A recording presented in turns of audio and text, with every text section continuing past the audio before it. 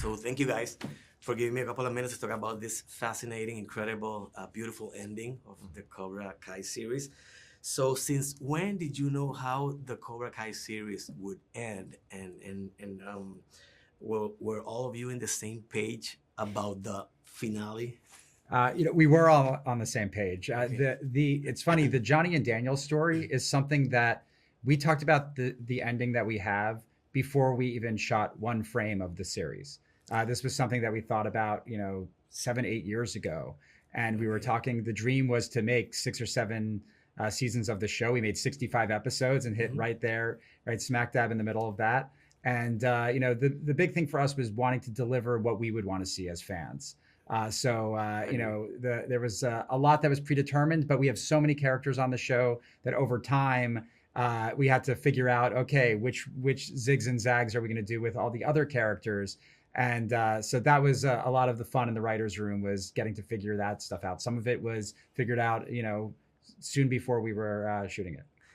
Excellent. Thank you for that. So how did you balance like giving the fans the satisfying closing for each character while keeping things like refreshing, relevant, and without avoiding the nostalgia element, which was very important? I mean, from the beginning with the show, we are fans of the series. So everything we're doing, we want to see as fans. But at the same time, we have a responsibility as storytellers to get ahead of the fans whenever possible, because you don't want things to just be predictable and to feel like, oh, okay, well, I figured that would happen.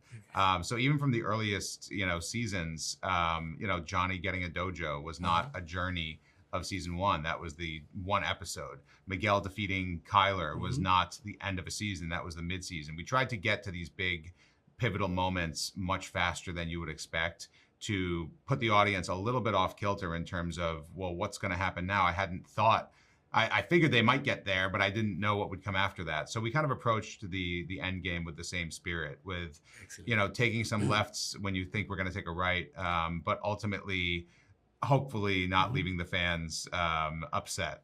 Excellent. Thank you for that. So if you had the chance to create or develop a spin-off for one of these characters, which would that be?